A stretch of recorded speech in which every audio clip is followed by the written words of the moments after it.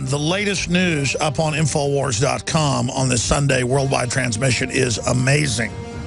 We have new announcements today, fresh off the first Ebola victim from Africa, a U.S. doctor being brought in to an Atlanta hospital by Homeland Security that authorized it. That's an unprecedented move to bring someone infected with something this deadly in that kills over 90% of those that get infected with it.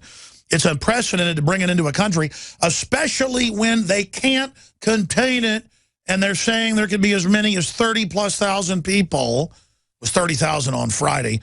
I'm sure it's more now, that could have been infected and over 1,000 dead. So they're hyping how deadly it is out on one side of their mouth, and on the other side saying, it's no big deal. We're going to put these people inside a standard hospital in Atlanta, but they'll be on their own wing, so it's safe. In fact, guys, I had all that here in my stack. We print me the latest on Atlanta, and specifically the article that we wrote last night dealing with that with all the details. Thank you so much. Again, worldwide transmission on this Sunday edition. Now a second American with Ebola expected to arrive in the U.S. on Tuesday. That's ABC News. The plane carrying the second American patient who contracted Ebola while working in Liberia, Africa, will leave the U.S. for the West African country later today and is expected to return Tuesday, a U.S. official told ABC News. The private air ambulance is scheduled to take off today and arrive in Liberia. After one stopover, the official said the plane will then bring the worker, Nancy Wright-Bull, to Dobson's Air Base in Marietta, Georgia, and is expected to land midday Tuesday. So this is Sunday. We're 2 days out from another arrival here in the United States. And again, I've been on the radio for close to 20 years. I've talked to a lot of medical experts, medical doctors over the weekend. Even mainstream media admits it is unprecedented to bring someone with a super deadly disease like Ebola into the United States. Ebola-infected USAID worker due to arrive at Emory University Hospital in Atlanta. That was from a few days ago. That person did arrive on Saturday, that doctor. And remember what we wrote about earlier in the week on August 1st. Obama signs executive order to allow detention of Americans with respiratory illnesses, period. No proof you're sick, no fever, you got a cough, you got sniffles, you got a problem, you're going to get locked up in a medical brig, basically. I'm going to decipher the different angles of this when we come back and try to give you my take on what we know is happening and what may be developing. But I've told you this is the age of crises. And in the last month, I kept saying, you've all heard it every show, what's the next big shoe to drop? We got Al-Qaeda being turned loose under the name ISIS. We've got the globalists overthrowing Ukraine and start a war with Russia. Doesn't mean Russia's perfect, but the West is detonating the crisis, is starting it. Under common law, folks, who starts it is the bad guy. We've got Ebola, the biggest outbreak ever spreading around. We've got the dollar being devalued. We've got Obama lowering the borders under just executive fiat and saying he'll sign executive orders on anything else he wants, and then he'll lock up Americans anytime he wants for basically no reason under medical emergency right before all this kicks off. You don't even need to put 2 and 2 together and say it equals 4 to understand what's happening. The age of contrived, organized, or exacerbated crisis is upon us, and it's going into hyperspace. Stay with us, Infowars.com, PrisonPlanet.com.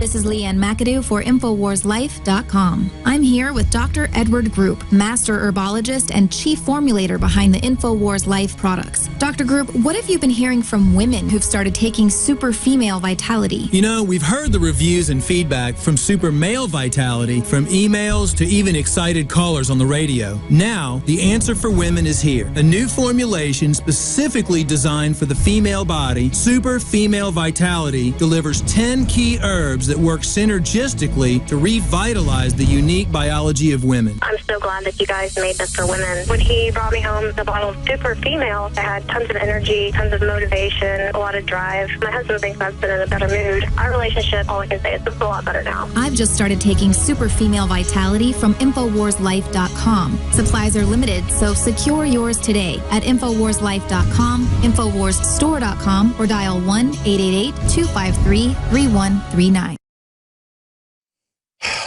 This is an emergency transmission, any way you slice it. Paul Joseph Watson will be joining us from London, England, for the balance of the hour to break down the huge global developments with Ebola, the Ukraine crisis, IS or ISIS, Al-Qaeda forces, killing over 300,000 people in the Middle East. That's accelerating. The border being completely wide open, and even mainstream news calling Obama a dictator as he pledges to sign executive orders restricting the Second Amendment. It's all coming up today. Then investigative journalist John Rappaport will be popping in to focus in with us on Ebola and the pandemic that they've declared. Is it really a pandemic? Is it hype? I think it's a little bit of both. There's news behind the news, a story behind the story, or as Paul Harvey would say, the rest of the story. So that's coming up today. First off, this is undoubtedly the biggest outbreak of Ebola ever recorded. The Ebola virus transmitted from fruit bats in Africa to other mammals on the ground is basically becoming more powerful, many experts believe. There's some evidence that it was weaponized by Western governments when it first began to emerge in the last half century. But what we do know is, and this is important, it's beyond important, no government has ever knowingly or publicly transferred a currently infected, and that means someone who can spread it, individual into their nation. African countries have locked down their borders in the surrounding area in West Africa. Liberia, Sierra Leone, Nigeria, they're checking everyone coming off planes. But here in the United States, the southern border is completely wide open, and I interviewed the head of the Border Patrol Union just earlier this week. And it's on record that people clearly sick with different type of jungle fevers that will kill you deader than a hammer, that make the flu look like child's play. It's why folks are scared to go to the third world. Is pouring in through the Mexican border out of Central and South America where a conduit has been opened, and they are loaded on aircraft or on buses and sent to the destination of their choosing. No screening. Now, again, this is unprecedented, ladies and gentlemen. Now, what's really unprecedented on top of that, the only thing that takes the cake on that craziness is Germany and now the United States. Germany has taken multiple infected individuals in the last 5 days into their hospitals. Ebola, people actively who can infect others. And the United States has already flown one U.S. doctor who was infected in to a mainline medical center in Atlanta. There's a big issue there. Wait till we get to that. And another aid worker is set to be flown in. The plane's already left Atlanta to get them. It'll be turning around in Africa tomorrow. And it'll be back from Liberia on Tuesday. And it sets the precedent now to start shipping, I guess, hundreds of Ebola-infected individuals in the United States. Now, there's a bunch of big red flag, off-the-chart, DEFCON, type stuff there. Our government's never done this before, and it violates policy and law, A. B, we've got level 4 bioweapons treatment and development facilities under BioShield, is 12 years old, and other programs, where they have underground labs that have special sensors, special airlocks, and that can be burned to the ground in a matter of seconds with fire bombs that are in them that destroy everything. They're underground with 2 rings of fences, machine gun nest, and landmines. Okay, it's the same type of facility that nuclear bombs are kept in, but even more. Level 4, look it up, containment. Now, just to show you how policies have changed, under BioShield that was passed into law in 2002, tens of billions of dollars a year is allotted to, quote, build bioweapons detection and treatment technologies. But it came out in the news it's really a way to get around bioweapons treaties and to have the U.S. develop hardcore weaponized Ebola, smallpox, you name it. So instead of it killing 91%, it kills 99%, and it's airborne. That's the type of stuff they reportedly have developed at these labs. They began to work with weaponized Ebola, smallpox, you name it, at level 2 facilities in places like Galveston, Texas. This has been in the news at the University of Texas with stuff that kills the majority of people that get it in facilities hit by hurricanes that have been flooded. Look it up in the Houston Chronicle.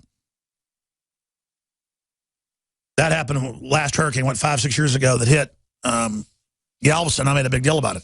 So there's this new attitude of, oh, let's let them ship level 4 bioweapons in a FedEx truck, and then it crashed 6 years ago and it was a big news issue. Remember that? Or, oh, let's put the way you design human-born mouse pox that kills 97% of people, 98% of people. Let's just put out the biological genome of that so even a person with $100,000 and a biology degree in virology can make it. That was 10 years ago. It was a huge scandal. The FBI rightfully fought it for 5 years and failed, and 5 years ago it was published by U.S. and Australian universities how to create airborne human mousepox with a 97% or higher kill rate. See, I don't just give you, hey, what's Obama doing allowing, you can say, oh, well, he didn't do it. Well, the buck stops with him. He runs the CDC. He runs the borders. He runs things as a dictator now. Congress goes around playing golf all day. And who, okay, well, then I want to know this. Who gave the order? Who authorized? Because I've been looking all weekend and can't find it. Who authorized clearly mutated, super powerful Ebola, not ready to say weaponized yet, into the United States? And it's not a level 4 facility. If it was a level 4 facility and they had a person in a controlled pod or something, I know they have those, that was self-contained and everything, I would still say it was reckless, and I'd want an investigation. They have shipped it, I've got the article right here, to the Emory University Hospital in Atlanta, a mainline hospital, and they say, don't worry, part of a wing is sealed off. Part of a wing.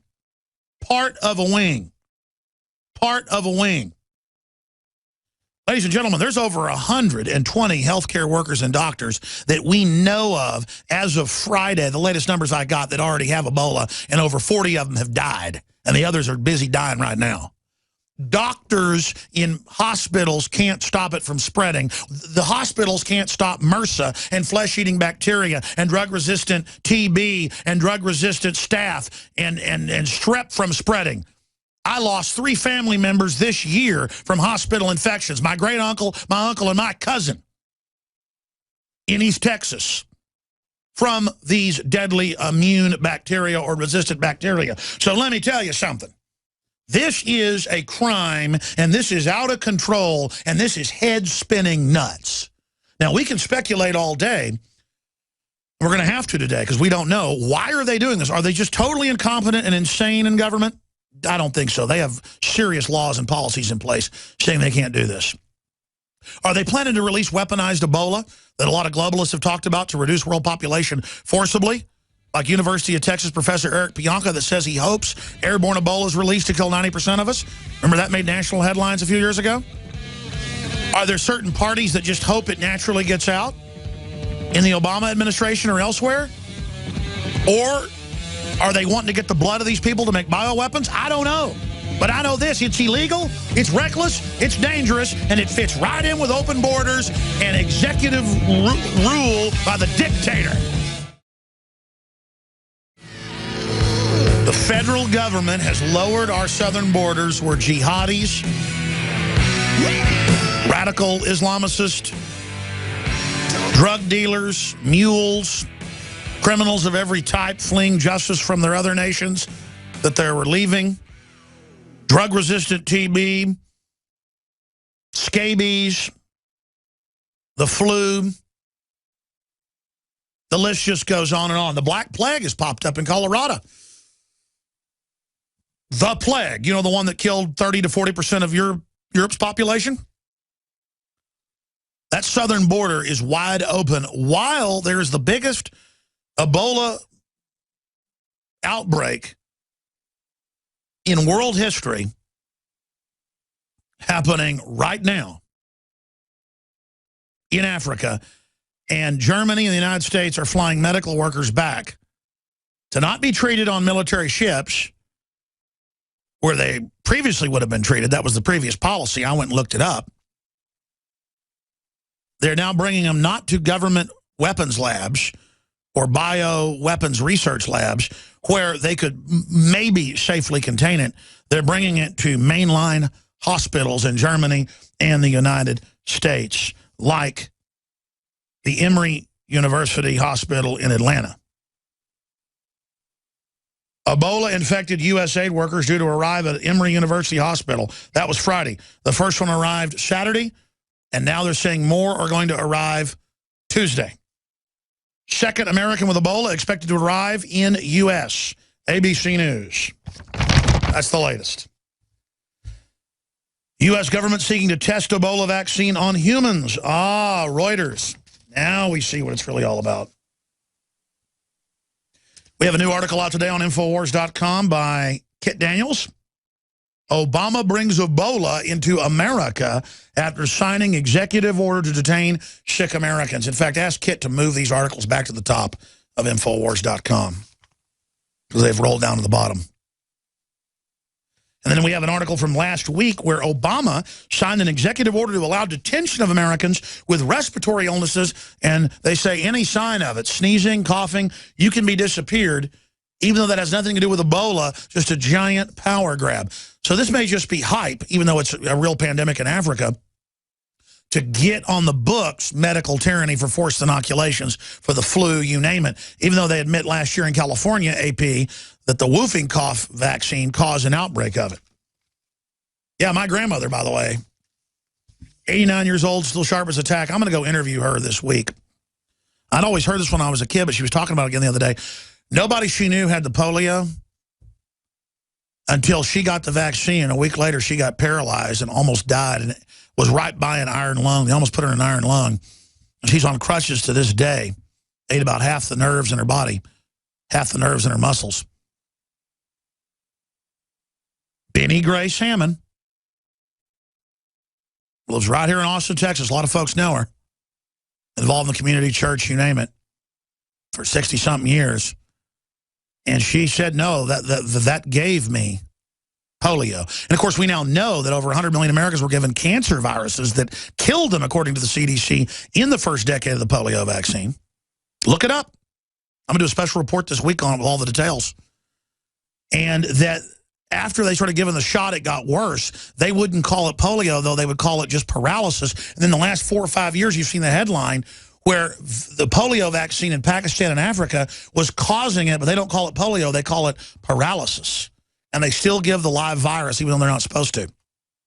I was told that a few years ago by a medical doctor treating one of my children, well-known pediatrician. He just retired. Probably one of the best known in Austin. I'll just leave it at that. And he basically got me by the shirt and he said, you don't say who I am, but you can say I'm a medical doctor. I volunteer at these city clinics every year to vaccinate the kids, and I'm not going to do it anymore.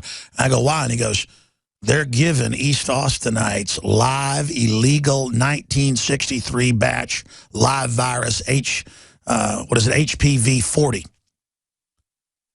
And he said, I thought you were nuts, but it's all true. And he goes, and I'm not going to be doing this much longer. And I mean, I'm talking a medical doctor with a huge practice with his eyes bugging out at me. I'd probably been to him 5, 6 times, with well checks with my kids. I got 3 of them. And he just for a minute went ahead and just told me the truth.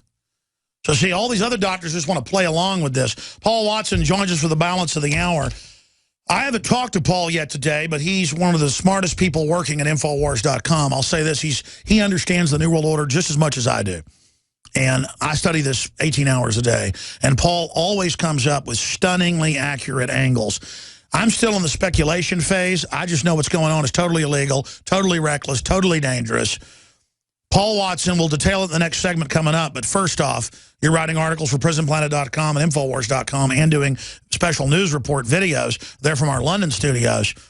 But so far, what does your gut tell you? I know they hyped up H1N1 5 years ago that wasn't real. Rappaport's pointing out they could be hyping this, but I don't know. My gut tells me there's some hype, but it's mainly spin. All the other crises that are breaking loose right now, the borders, Al-Qaeda, overthrowing Ukraine, the dollar devaluation, I've been predicting just a month ago, people can find the clips, that if I was the globalist, I'd pull some biological scare. And I'm on record, listeners, you know that. Well, somebody will find the clip and put it on InfoWars. Paul, what does your gut so far tell you this is? I think it's a real threat, Alex, because of the very fact that they're not hyping it. You know, before the swine flu outbreak in 2009, which in comparison to Ebola was basically useless. It had a 0.04% mortality rate compared to, 90% for Ebola. But they fearmongered about that like it was the end of the world because they had the vaccine lined up beforehand, the pharmaceutical companies who were caught influencing the WHO and the governments. Wolfgang Wodog exposed that. They had it lined up beforehand. They made millions and millions of dollars. And now this time around, it turned out that the FDA actually blocked an Ebola vaccine that was proven to work on humans just recently, just in the last couple of months. So they're actually blocking the vaccine, which could be the solution to this problem. So that's why I think it is a real threat, simply because they're not hyping it. I agree with you. And again, I didn't know your view on this yet. I know you've still been collating. This is real, and I looked into it. I know you're working on an article for Monday on this, but they've never brought live Ebola with an infected communicable patient, a spreader, a vector, into a Western country. What in the hell is Germany and the U.S. doing?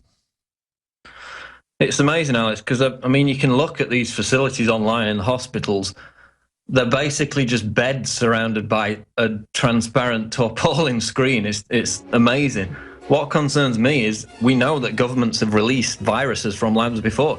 Headline, foot and mouth virus released from government lab. 2001. This was from Porton Down, which is basically a military Stay there. This is too huge. Stay there. That's BBC. Yeah, we're going to explain all the viruses that have been released from government labs before. Now they're putting them in regular hospitals. I mean, if it gets out, will Obama be held accountable? See, government's not ever held accountable anymore. So now they're just bringing Ebola in. Again, they just get away with anything now. Is the goal just to set the precedent where they can lower the borders completely but set up checkpoints on highways and search people internally and openly fund Al-Qaeda and rename it IS or ISIS and go on the news and say your kids belong to the state? And I mean, government is just going so crazy right now. And what are they doing bringing Ebola in, multiple patients, and sticking them in hospitals with plastic tarps over them when it's well known that those hospitals are just full of superbugs that could merge with or mutate with this Ebola? I mean, there is no telling. I want to play a clip from CBS News briefly, where they're talking about this, just in case you're a new listener and don't believe me, that live Ebola in people are being brought into hospitals full of sick people. And by the way, it's not even its own wing. I stand corrected. It's part of a wing with patients in it. Who would want to be in a hospital with Ebola in it? I mean, this is insane. Here it is. Dr. Ken Brantley is the first of 2 American Ebola patients to be transported back to the U.S. for treatment.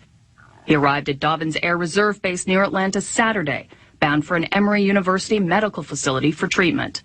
Nancy Wright-Ball, the second American infected, is expected to be returned to the U.S. early next week. All right, that's enough. I'm going to go back to Paul Watson. If I'm hyperventilating more than usual here, it's because, ladies and gentlemen, this is getting crazier and crazier and crazier by the minute. And who needs death panels, or who needs to put VA patients on secret death lists, not be given surgery for life-threatening cancer and stuff, when you can just bring Ebola in? And again, nothing may happen with this. I hope that's the case. But no one would ever take the risk before. Now we're going back to Paul Watson and more analysis coming up in the next hour.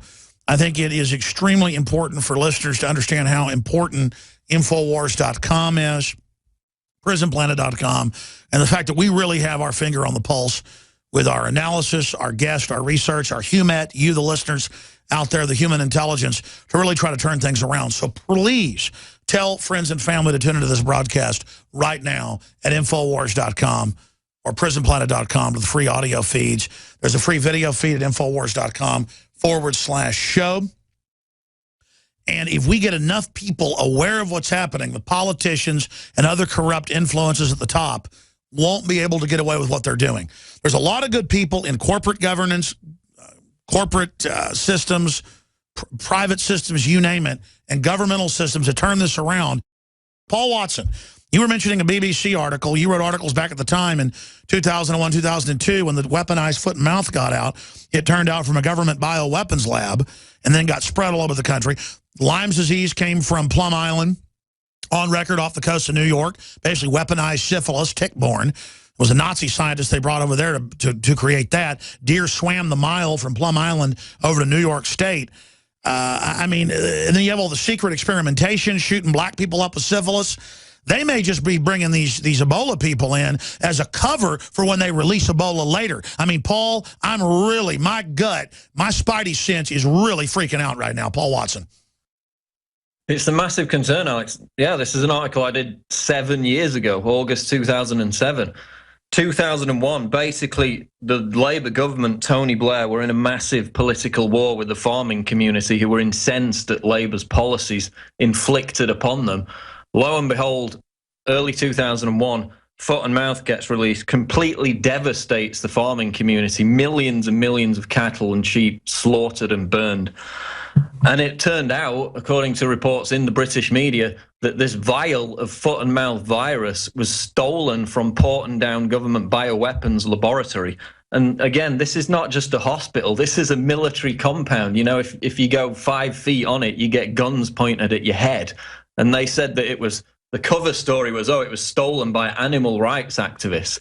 And that's what caused the outbreak. But then it happened again in 2007, thankfully not as bad an outbreak, but they had an international drill at this Purbright laboratory, again in the UK, which hosted an American pharmaceutical company, and Foot and Mouth was accidentally released again. So these are Loctite, secure military facilities and labs where these viruses get out from. And now they're talking about putting Ebola into hospitals, which have basically no security in terms of defense against this stuff is getting out of level 3 and level 4 bioweapons labs, and then they're going to put it in a hospital that's a perfect vector point with a bunch of sick people. Exactly. And here's the thing. We're told Ebola is only transferable via bodily fluids. Not true. It's not true. Canadian It's scientists, airborne from bats on record. That's even Encyclopedia Britannica. Yeah, growing concerns over in-the-air transmission of Ebola. BBC News, November 2012. This was Canadian scientists, peer-reviewed, have shown that the deadliest form of the Ebola virus could be transmitted by air between species. So what they did is they got pigs that were infected with Ebola, put them in a pen with macaque monkeys, separated them only with a barbed wire fence, and they found within 8 days the macaque monkeys had contracted Ebola from the pigs via their respiratory system, and they were euthanized. So it can be transmitted. It's airborne. Yeah, I've never gotten threatening, but I'm going to tell the government something right now. If my kids or anybody die from this, I'm holding you responsible. I'm sick of you. I'm just saying, I'm sick of it. I've had enough. Texas farmers flipped out after the foot and mouth thing. Remember, they were going to do a drill in Texas using equipment that had been used to kill the sheep and cows in England that was infected with it. Look, I'll tell you what's going on. It's like the 12 Monkeys with Bruce Willis. Excellent film. Folks ought to go watch it. Where it's a bioweapon lab, and it's not the government even doing it. It's a crazy environmentalist that works there that gets it and releases it. See, that's the issue. A lot of it is these bioethicists, eugenicists that work in these government labs themselves, and that even came out in the British news, that they thought an animal rights activist who worked there is the one that released it, Paul. Exactly. I mean, this comes down to individuals, doesn't it? It's people. You can still get radical environmentalists that work within government facilities that could be responsible for this release. But, you know, I read a quote by a UK scientist who said he would be perfectly happy to sit right next to somebody infected with Ebola on a train. So this is the attitude of the scientists that are working with this. And there's another article which I posted on InfoWars today. Ebola outbreak, Western drugs firms have not tried to find vaccine because virus only affects Africans, says UK's top public health doctor. So this is somebody who's not in the government. He's president of UK Faculty of Public Health. Wow. He's basically making the point that because it's only affected black Africans so far, there's been no desire whatsoever to create a vaccine for it. By the way, that's using race baiting. They've been trying to create a vaccine for a long time, and we got lily white people that are over there trying to save folks that are getting it and dying from it. Yeah, but in terms of the kind of massive push we saw before the swine flu outbreak in 2009, we've not seen it for Ebola. There actually, as I mentioned before the break, there was a vaccine that's shown promise. The headline is, this Ebola drug works great in monkeys in the lab, but it's being held up by the FDA. And basically, this was created by Tecmira Pharmaceuticals Corporation. They tested it in humans, and it was proven successful, but the FDA blocked it. Really? So now you've got doctors freaking out at the FDA saying, why are you blocking this? We should not be having another Ebola outbreak when we've got a potential vaccine for it. Now, is it a vaccine or a drug? It's a vaccine. Well, I tell you, Paul, this is sophisticated. There's something behind this. Why would government be so reckless to bring Ebola in, knowing that if it gets out, they're going to be held accountable? Why are they so reckless? I really don't know. I don't know whether it's deliberate or... I mean, are they actually working on a treatment for this when we've already apparently got one? I mean, what's the purpose behind it? Because again, you know, the false pandemic of 2009, they cashed in on that beforehand, which is why they pumped the hysteria. Why aren't the Ebola victims at government level 4 bioweapons labs underground? Why are they at public hospitals? You know, I'll tell you the big angles here, Paul Watson. We need to do articles reminding people that scientists say Ebola is now airborne off that previous research from 2 years ago. That's a story we should get out there so people take this more serious. We need to also expand on the fact that it's unprecedented to bring infected, communicable vectors into your country. And why are they in university hospitals? I mean, something's going on here, Paul. My gut tells me they want to have plausible deniability for an Ebola outbreak in the U.S. And government, even in the third world, if a plane crashes and it's the government's fault, the Minister of Transportation gets fired, gets sacked. If you mess up in Katrina, you get fired. Well, no, now you get double the funding at FEMA for emergencies.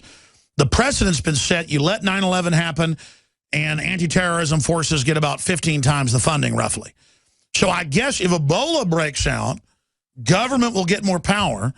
All these companies will get more money for biological weapons research. And so I guess I've just answered my question. I mean, government used to think about getting the blame for things or not wanting to be embarrassed. Since when does Obama, he's who the buck stops with, or where does it stop, Paul? Centers for Disease Control, while our borders are wide open. And Geraldo Rivera, who's been on this show, I'm not even attacking him, comes out and says Matt Drudge is basically a racist because he's reporting mainstream news about concerns of Ebola coming across the southern border. When we know Africans are flying into Mexico and walking right across. They've got signs in Chinese and African now down on the border. I mean, this is crazy town, Paul Watson. And I'm hitting different angles of this. And then the creepiness factor. I want your take on this. Obama signs that executive order last Tuesday. Now, I guess 6 days ago. If anybody has a cough or a sniffle, it says respiratory illness or the appearance of it, you can be locked up and disappeared under the Executive Order 13,295. So what do you make of that, Paul Watson? Where do you think all this is going? Because undoubtedly, like you said, they're not hyping it like other made-up stuff like H1N1. I mean, my gut tells me this is big. It could be a trial balloon for medical martial law. I mean, on the border angle, obviously the border control is under the auspices of the DHS.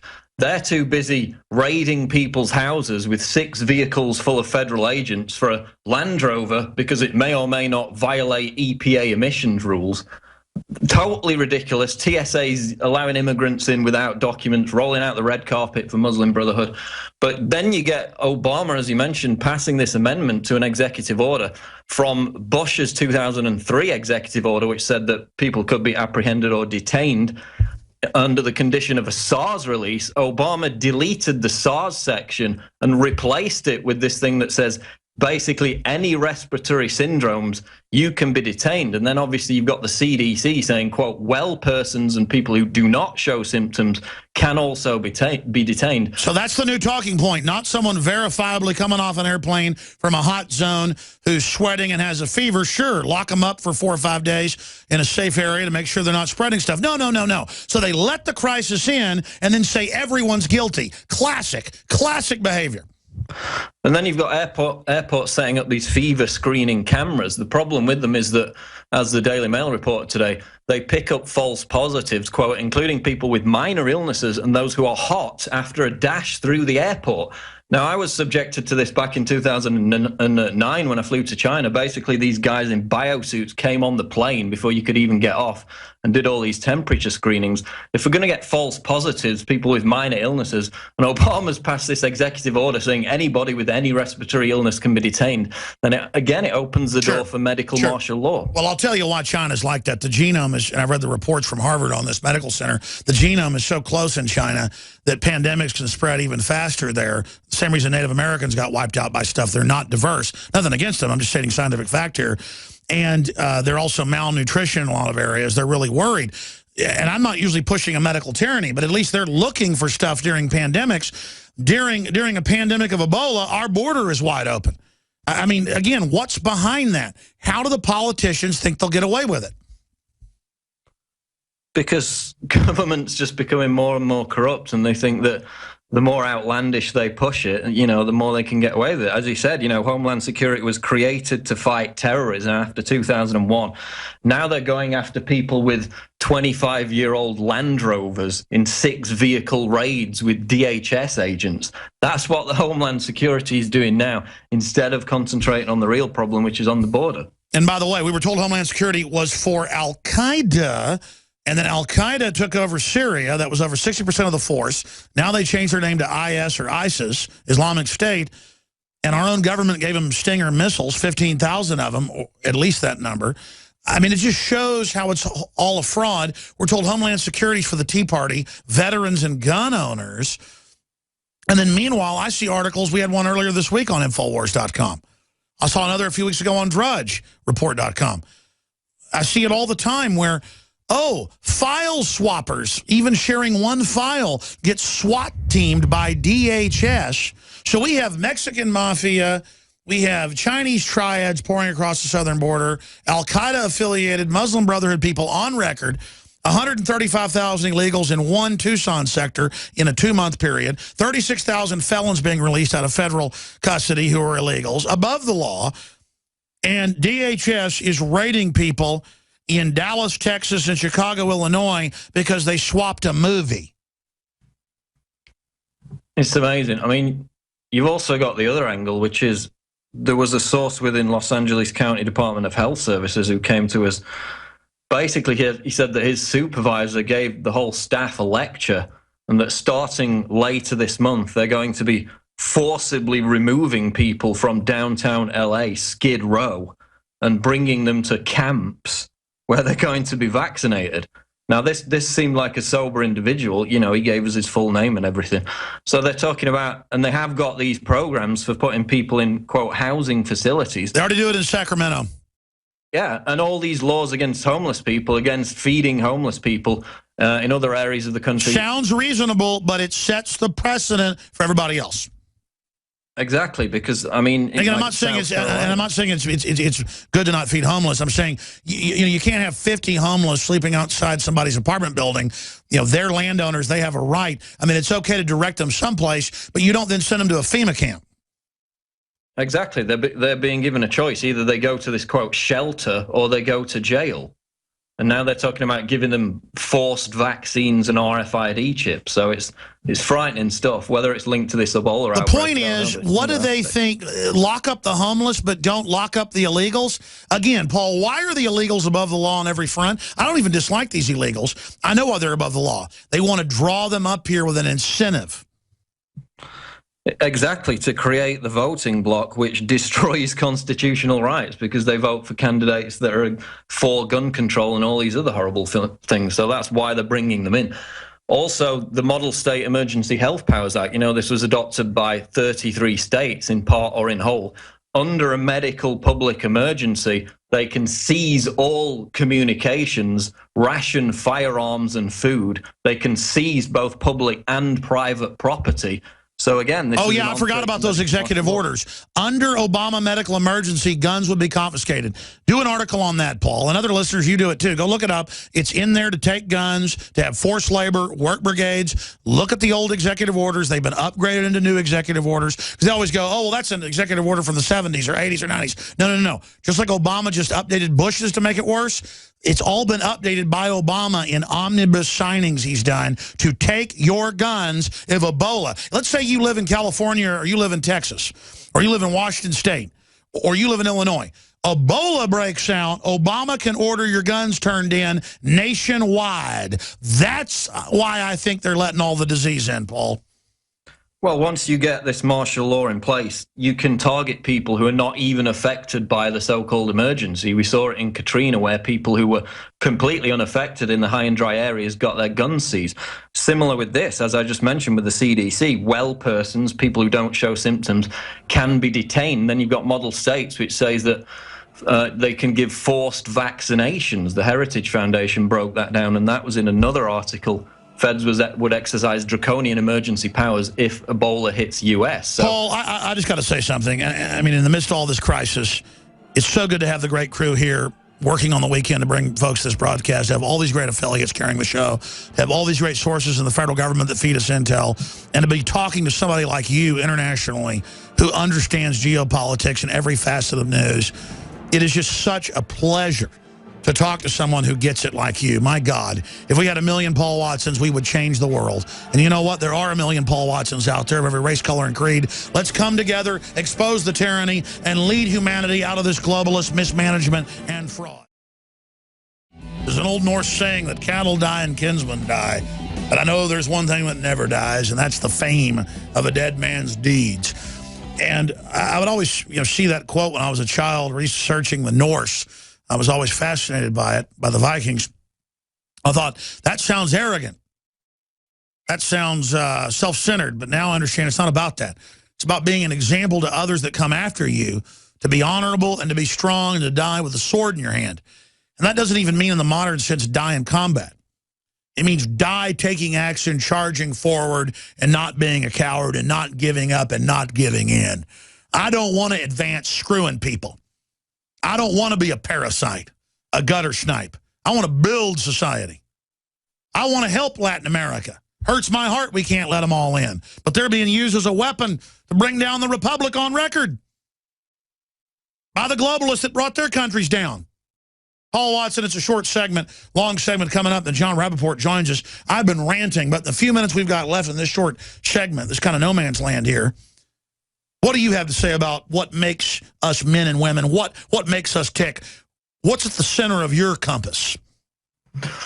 Center of my compass, Alex, is just to be adversarial to the system, to the establishment, because that's what journalists are supposed to be.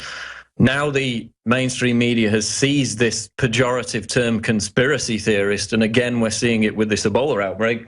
Ask any questions whatsoever about the official narrative, you're a conspiracy theorist. I actually sent out a tweet earlier today reminding people that it was the CIA in 1967, and this was in their own document, 1035-960, who outlined how the term conspiracy theory would be weaponized and turned into a pejorative term to demonize all dissent. So this was obviously in relation to the Warren Commission. Any questioning of the narrative was to be demonized as a conspiracy theory, and this term was to be weaponized in the arena of public debate. So 50 years later, the establishment is still using this pejorative. Wow, you should do another story on that whenever you get a chance, how the Clintons in the mid-90s demonized Joseph Farah, Drudge, and others, and said use the term conspiracy theorist, and quoted that. I didn't know. I just learned something, that was a CIA plan. Exactly, from 1967 in their own document. Oh, my, Paul, you just taught me something, as usual.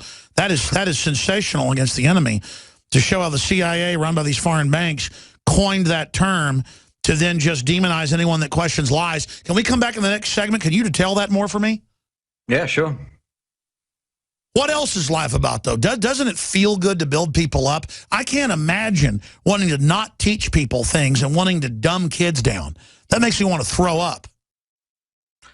It feels good to be informed because you can make better choices about your life.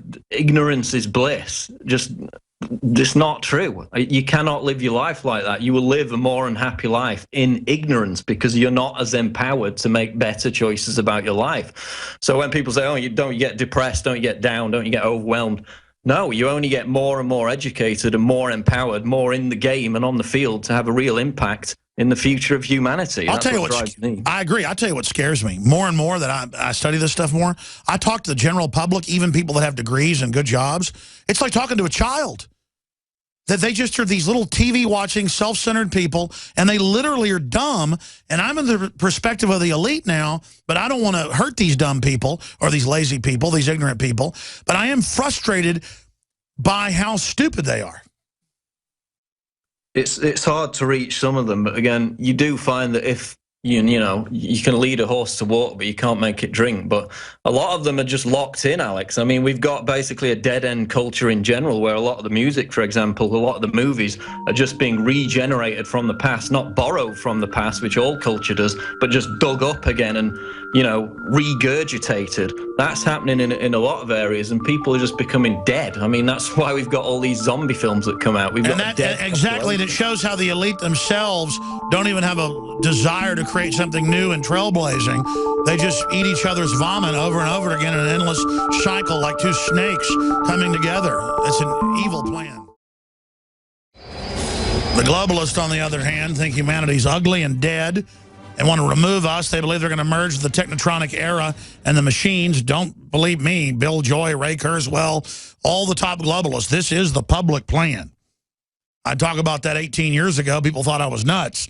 Now it's so mainline, they go, yeah, tell us something we don't know. Well, I know the rest of the story, boys and girls. And I'm not here saying I'm smarter than you. I'm saying you've been taught to be experts on baseball scores and cosmetics and how to act cool. And if you just spend a little of that time learning how the world works, you too can be Renaissance men and women. Paul Joseph Watson, final segment with you. Then investigative journalist John Rappaport joins us with the rest of the story. You dropped a bombshell on me.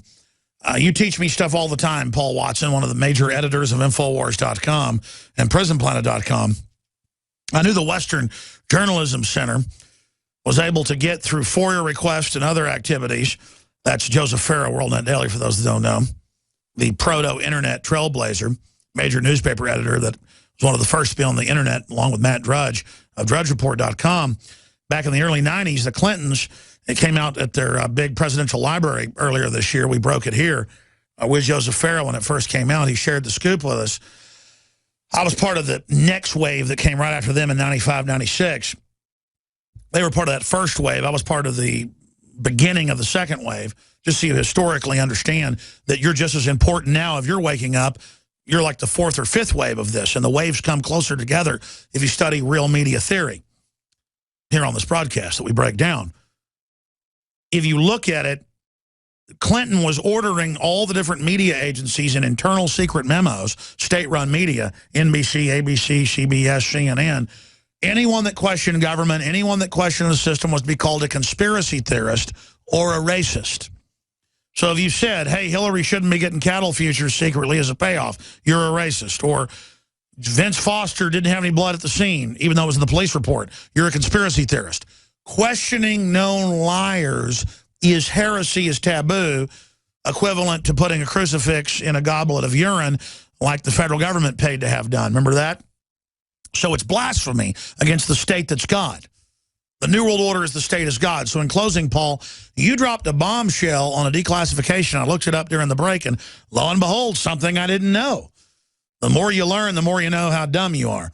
That's why I feel sorry for the general public, thinks they know it all, and they don't even know the three branches of government, much less the periodic table or what quantum mechanics is or what positronic or psychotronic warfare is. But, Paul, I'm ranting here today. In closing, the 6-7 minutes we've got left, drop the bombshell, the declassification that the CIA created the term conspiracy theorist and tinfoil hat. I didn't know that. In the 60s, and that's the go-to thing you say When you go, gee, that vaccine made my kid have convulsions. You're a conspiracy theorist. Gee, my hamburger's cold. You're a conspiracy theorist. Gee, the border's wide open. You're a conspiracy theorist. Gee, Obama's a liar. Gee, my health care went up in cost. You're a conspiracy theorist. Gee, taking guns makes crime rate go up. You're a conspiracy theorist. That's their response to intellectual, informed people. Paul Watson, drop that bombshell on people. Yeah, this is CIA document 1035-960 concerning criticism of the Warren report. This was written in 1967, released, I think, a couple of decades later, declassified. Basically, they point out that they need to denounce any dissent, any criticism, any questioning of the Warren Commission report by linking it to this term, quote, conspiracy theories or conspiracy talk, which they will then attribute to be quote, deliberately generated by communist propagandists. And again, they even tried to call Jim Garrison, Marine Corps war hero of World War II, who exposed all this as the district attorney. They tried to call him a commie, and they used that term against him. I'd separately seen that they used it against him. I didn't know there was a document, Paul. Yeah, and then they reel off these narratives that are to be created, these talking points, which are still used basically every day by the mainstream media. They claim today. I'm a Soviet agent. Exactly. Conspiracy on the large scale often suggested would be impossible to conceal in the United States. We hear that over and over again, don't we? Despite the fact that some of the biggest secret projects in history, like the Manhattan Project, were, groups of people, large groups of people conspiring to keep something secret. So they establish all these talking points, which are still used by the mainstream media today. And I thought of it today because earlier in the week, I'd made this video about the Daily Beast. They basically came out with an article attempting to demonize Rand Paul, which kind of failed for them in 2010 when he became a senator. The Aqua Buddha scandal, the devastating scandal, was the best they could dig up on him. But they're doing it already. They had Democrats dress up like hayseeds and say racist stuff against Hispanics and blacks, and they got caught because we did the Google photo search. So it's important for the public when they run these secret operations to go out and do your own HUMAT. You're just as good as the CIA and to counter it. Exactly. Obviously, they're thinking Rand's going to run in 2016, so they put out an article, guilt by association, attempting to link him with you because he's been on your network. The problem is, in the very second sentence, they committed an outright fabrication by saying Alex Jones is a, quote, moon landing denier, despite the fact that numerous times you've said, yes, you think the moon landing did happen. I've had Buzz Aldrin on, a bunch of other moon landers. I've had top people inside NASA that were personal friends of mine that said, no, I went to the moon. I've talked to the former head of the Star Wars program. I'm on record. We went to the moon. They just hid some of the stuff that took us there. But then I pointed this out, and this Olivia Nuzzi, this Daily Beast writer, wrote a second article basically trying to justify it by saying, oh, you may have questioned some aspects of the photograph, so that makes you a moon landing denier. Completely ridiculous. She then compared you to a Holocaust denier. So she actually doubled down on the demonization after she was. And for those that don't know, NASA couldn't get film back through the Van Allen radiation belt. And so they dolled up some photos with primitive, what you call Photoshop today, and they messed up putting some of the camera, hash marks behind things. And that's on record, and that's where it all started, because they put out sloppy PR stuff to promote the mission, which anybody does. I mean, everybody takes photos and alters them to make them look better. They took all the radiation spots off the film. Go ahead, Paul, exactly. I'm sorry. But she said you were a moon landing denier, which obviously directly suggests you say that it never happened. And she doubled down on it, even though she got caught. I think that then prompted Olbermann to come out and attack us the day after. He got completely destroyed on Twitter as well. So there seems to be this consensus that's going out, attack Rand Paul, link him with Alex Jones, but the hit piece fell flat on its face, basically, because it was a complete fabrication, and I pointed it out. Well, there's also an orgy of attacking Drudge right now. Exactly. That's what Chris Hayes, MSNBC, did. It's the axis of Drudge, Alex Jones, and Rand Paul. That's who they're going after in the run-up to 2016, so we're going to see more of it. Well, notice Rand Paul says the border's open on purpose because the Border Patrol says that. We have video of it. It's on record. He dares say that the sun is up at high noon. He dares say 2 + 2 = 4, and that's why they hate him. Exactly. So they're going to call him a conspiracy theorist. They're going to call him a racist. again, it's the axis of Drudge, InfoWars, and Rand Paul. This is the narrative that they've tied it into. That's what they're going to run with up until 2016. So I look forward to them completely failing again, like they did in 2010 when Rand won his senatorial race. Sure, and you know, Rand said last time he came on, he called me and wanted to come on. I've known him since his dad ran for Congress the second time in 1996, and he said, "Hey, I'm willing to come on." And I said, "You know what? Let's just not even do it, because it's not that they have any power attacking us. It's just that it doesn't even do anything for the show to have Rand on. We want to get him in as president or Ted Cruz." And so it just doesn't matter. I mean, the media thinks when they obsess every week on national TV, CNN, MSNBC, about the fact that Rand Paul comes on this show, all that does is make Rand look good with the public because he's seen as radical. People want something radical to compare to the radical Obama policies. They want a radical turn away from running off the cliff. Paul Watson will read all your big articles at Infowars.com and PrisonPlanet.com tomorrow. Thank you so much for spending Sunday with us. Thanks, Alex. Visit Infowars.com and PrisonPlanet.com. When you're on the site, you can also tune in 24 hours a day to my daily radio broadcast. There's also a free iPhone app to listen to the syndicated radio show when and where you want.